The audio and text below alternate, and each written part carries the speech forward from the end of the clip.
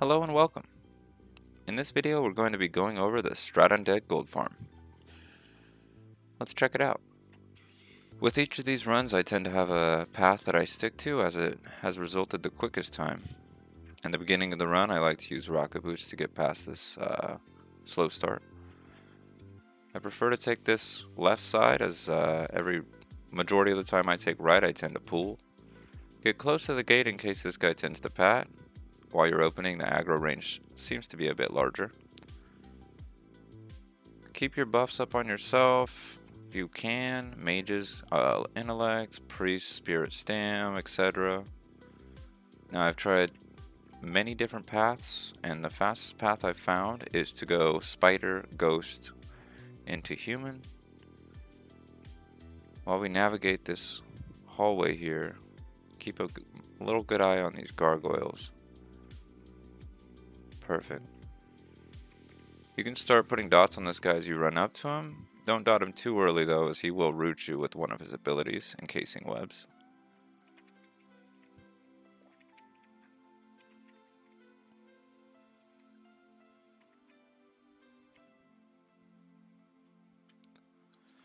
Alright, once the webs run out, we can run inside.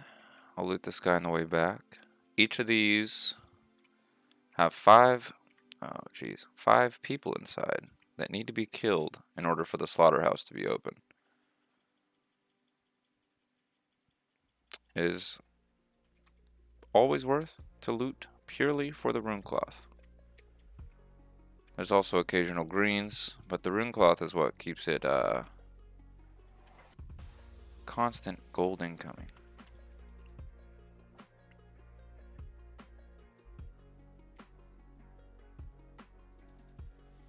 There is a boss that can spawn amongst the gargoyles, Stone Spine. It'll increase your large brilliant shard per run, but it's up to you if it's worth the time. This boss doesn't have anything too special. She can silence.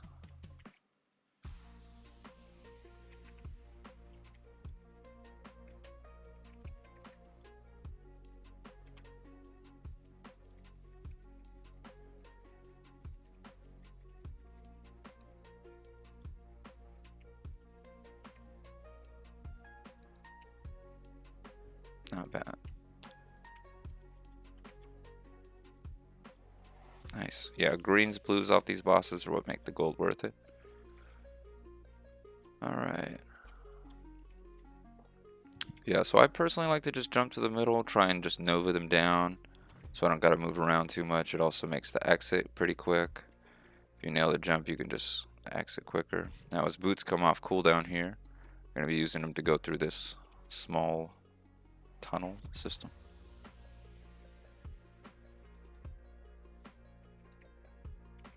Always watching gargoyles. The crypt beasts are the biggest enemies you want to avoid, just because they root and silence and you can't do anything. For casters, at least. I'm sure for like a hunter it's probably not that big a deal. So we're just gonna AoE here. I like to get the ads down so I can focus the boss.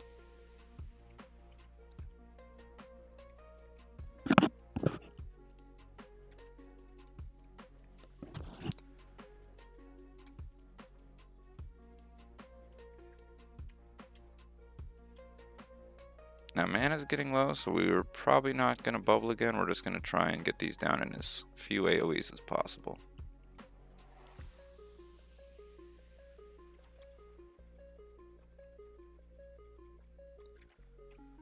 Alright, so we're going to the slaughterhouse next. This next transition there is it's easy to pull ghouls, it's easy to pull banshees, and it's easy to pull crypt beasts.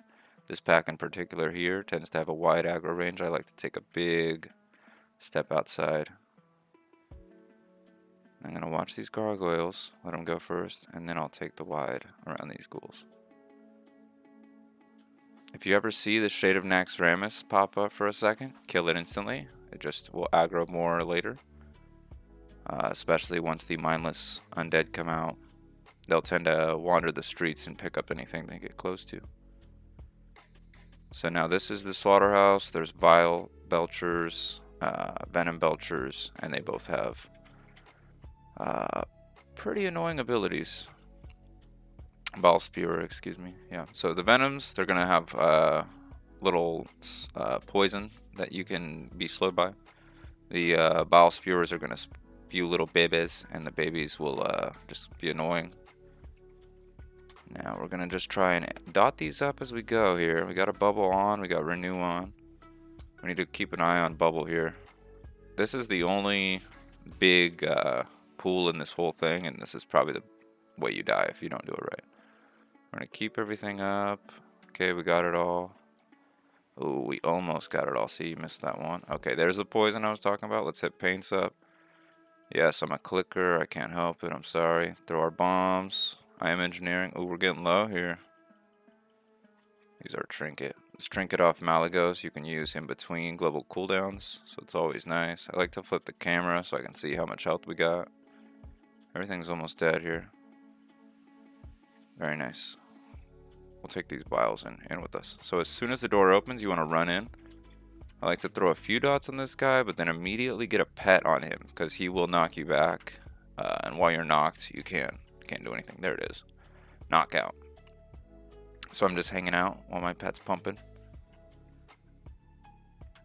Now with Ramstein, I like to pull him a little bit away from these guys that are coming here. I'll use a pod here. Purely because I'm going to spam some AoE and I don't want any downtime. I want to go straight to the boss. Just clicking away, clicking my heart out here. There we go. How Holy Nova stopped the Scourge. Okay, let's go inside. So yeah, this boss is pretty chill. Probably the easiest. If you have AoE, right? He's gonna spawn some little skellies. It's not a big deal.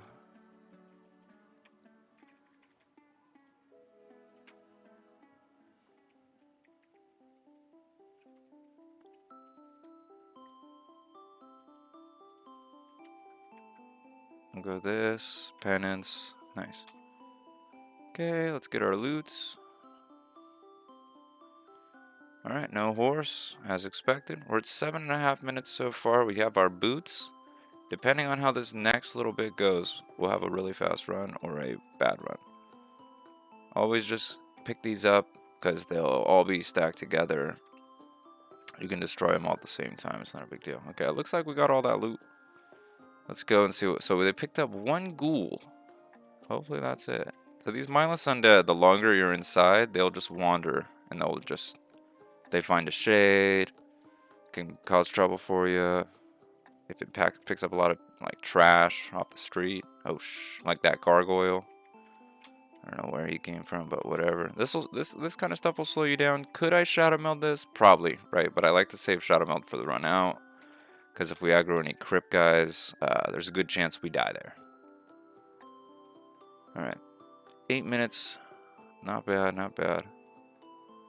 So on the way out, if you have rocket boots, you can save a ton of time. If you don't have rocket boots, I almost still recommend this way. Because although the gate sucks, a little downtime isn't going to kill you. You can disenchant. If you don't have enchanting, maybe you can just drink some water or pet your cat or something. I don't know. Use the downtime. Like right there. See, I'm doing this purely for science. This is to show you guys that this isn't that slow. I have rocket boots. I can use them later, right? So yeah, probably about like we were about 8:20, 8:25 before we got in here. So it's about a 30-second time sink. It's not great, but for the average person without engineering, it's just to show you that this is still a quick run. Nice.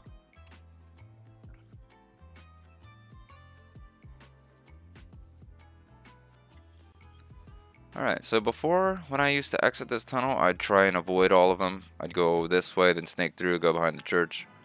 But I've learned that if you just keep your shield up, and you just spam with all your heart, your Holy Nova, you can kill them before they...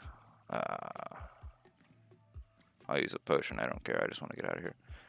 You can kill them before they slow you, before you get rooted, or not rooted, like hamstringed or frostbolted. For classes that can't get away. So even after, taking that gate loss just for the L for science, we still had a 9:40, 42, 43 run. which is pretty killer. So now I'm going to go through and just check out what we got. Remember, this is minimal trash. We're not going out of our way to pull anything. We're pretty much just fighting what we have to. I like to keep the rune cloth together. Let's see. Yeah, I'm running minimal add-ons right now just because I just replaced my SSD with an NVMe. In case you're wondering why I have nothing, that's why, okay? Not super add-on heavy. Even my layout's pretty scrub. It's just crazy. Alright. So no matter what, every run, you will get 7 large brill shards. That's just from the bosses and the way that the dungeon works. You have to kill 3 bosses before the slaughterhouse opens. You have to kill Ramstein before Baron opens, and Baron, excuse me, will always drop 3 crystals, and maybe a mount, right? But the 3 is guaranteed. So we got our 7. It looks like we got 5 illusion dust and a greater eternal. It's not bad. I'm just checking. We can destroy these. Unless you're going for the insane title, then you can actually use those for something. If not, they're garbage. These Crypt Fiend parts and these bone fragments can be used for Argent Dawn rep if you're grinding for the title or the exalted reputation for another title, right? We got 56 rune cloth, 944, right? Not terrible. That's pretty much the gist of the runs. I'm just going to go over some of the enemies that you want to look out for to not wipe, so you can avoid dying. Alright, so enemies to watch out for. More than anything, it's really just these crypt crawlers, crypt beasts. They're just going to put enveloping webs on you that keeps you from casting and moving. Wailing banshees and shrieking banshees, they have silence and a anti-magic shield. But as long as you're not getting close to them, there's not much to worry about. Alright, so purely for science, I just wanted to show the gate skip with the rocket boots. Use this rubble as a kind of sign of when to activate. As you're running towards them, go ahead and activate, and you just keep running. Just a tip, if you do end up stopping outside the gate for whatever reason, if you're close enough, the beetles will aggro to you. But if you keep moving, you'll be able to run out with no aggro from the beetles. Alright, so we're going to be going into some of the data that I've acquired from doing these runs. Now, while I've done about 36 runs so far in Strat, I've only recorded 25 runs worth of data, purely because I wanted to track if the gold per hour would be worth it. I see a ton of YouTube videos advertising make thousands or millions of gold an hour with this one simple trick, and I'm just tired of clickbait. So I wanted a video that was purely statistical. I have data showing, hey, this is 25 runs worth of beautiful loot, right? So on this G tab, I have the time that it takes. Total time for all 25 runs was 4 hours, 40 minutes, and 3 seconds. This is not counting disenchanting time, travel time, or death time, right? When I say death time, I did get frustrated when I died on some and would just spirit res and hearth and figure this shit out later, right? Because I've died twice during these and they're both pain in the ass. So let's get into this real quick. So the total number of large brilliant shards was 181. Now, because of how the auction house works on World of Warcraft, it's always going to be fluctuating, right? Now, the site that I like to use to see how the item is selling is called Nexus Hub. Really cool website. It shows you basically how much is going to be on the market at once. It's going to show you how much it costs on the market. It's going to show you the just fluctuation of price over the last week, or you can mix it up and check out some more stuff on it. Really cool tool though. So using this Nexus Hub, I was able to put in a low for the price of the shards, which was 5.5, or the high of large brills, which was 8.99. I'm doing the total before the auction house cut, purely to show you just the difference. Selling at low would get you 914 gold, selling at high would be 1600. So a big difference if you're able to sell when it's at a better price than others. I know when you're doing these runs, you'll probably have surplus amounts of large brills. It's really important to just sell these when they're high and hold on to them when they're low. Now, illusion dust fluctuates quite a bit also. The lowest I've seen it was 1.49, pretty low. But the high was 720, and because we got 164 over 25 runs, that equals out to about 1180 G, which isn't bad. Greater Eternal Essence, these are always money makers. The low was 420. I don't know who in their right mind put these for 420, but it happens. And the high was 20.6, which really increases the value. Now, I'm not going to go into equating the Dream Dust, the Aquamarines, the Star Rubies, Essence of Death, the bags, purely because all this stuff, you're not going to just be banging on this dropping every time. The Brilliant Shards are going to drop no matter what. Illusion Dust, you have a pretty good chance to get at least some every run. Eternals, you have a chance, but lesser chance, and with this stuff, it's purely RNG. I'm also not including any of the gray drops, because trash that these mobs drop tends to be pretty bad. For example, you can get anything from food to, like, you know, like they're, it's like fish bait, I'm sorry, fishing bait. It's like crawlers or something terrible. They literally sell for like a silver at most. But on the other side of that, the trash can drop weapons and armor. It's all gray that you can just vendor. It does bring in some money, but it's never that crazy. I also didn't include the raw gold that I got from each run. While it did go anywhere from about 5 gold to up to about 9 gold a run, which does increase the gold per hour of this also, if you're killing minimal trash, then you shouldn't be counting on that raw gold to really carry. The whole point of this is using enchanting to sell in the auction house so you can take other people's money, because the mobs in Strat do not have that much money on them themselves. So looking at it, if you sold all these items at the lowest price possible before auction house cut, you'd be about 1,300, 700, 13, I don't even know what I'm saying, 1,372 gold and 42 or 41 silver, which equals out to about 294 gold per hour, because it took about 4 hours and 40 minutes to get 25 runs. Now, if, on the contrary, if you sell these at a high, they would be about 3,800, no, just 3,865 gold, 3,800, I can't talk, 3,865, that just doesn't sound right, 3,865 gold, there you go, bingo, put that in the books, boys. But yeah, so when you break it down on that point, when you're making that, if you're selling everything at the high, you're making 829 gold per hour, which is significantly better. Now, if you get the median of both these numbers, it's probably much more realistic, because how often are you going to be sitting at the computer all day waiting for these items to be sold for the highest price possible? Now, the whole point of this video and the runs and everything else, maybe you can farm them out. If you're trying to make some money on the side, it's pretty easy. I'm sure most classes can do it. I think paladins and rogues would just make this place a cakewalk. But yeah, that's pretty much the data side of thing, guys. If you like seeing this, let me know what you'd like to see more of. Real quick before I get out of this, I'm just going to go over this GSM versus SGM. This is Ghost Spider Man or Spider Ghost Man. This is if I got the gate skip. I didn't have engineering these first 5 runs. I got stuck outside Ramsey, which added quite a bit of time. I died and went through the Strat live side and then tried to go back, also a terrible time. And on this one, I just died and just tried to go back to the gate. So deaths will add quite a bit of time to your runs. If you get stuck outside the Ramstein, like end where Baron is, that'll waste your time too. But like I said, guys, with the near the end, I mean, I was hitting such quick runs that you could easily do 5 an hour if you were really trying to farm them out and just push. 921 was the fastest I got. I'm sure you could get faster if you had a rogue, a hunter, maybe a mage. I don't know. Like I'm playing on a disc priest, so the time that I have is probably pretty poor compared to what you guys can do. Feel free to let me know what your fastest times are. If you found a different route that was cool. I still don't have the mount, so I'm going to be farming this probably until I get it. Honestly. Just wrapping things up, I just wanted to kind of give my resolution on if it's worth it or not. If you're selling thing low and only making about 300 gold per hour, it's not terrible, but it's not great.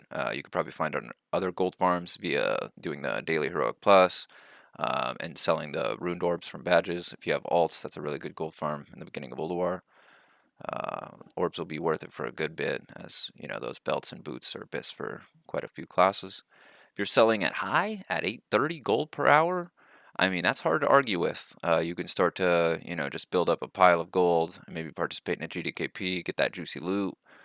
You can be like me and save up so you can maybe one day buy mounts that you've been wanting for a long time. So I do think if you're able to sell high, the gold farm can be worth it, especially if you're going for the mounts along the way. I hope all the data that I've shown you guys has been beneficial. If you guys liked what you saw, let me know. If you want to see more of X, Y, or Z, please let me know. Thanks.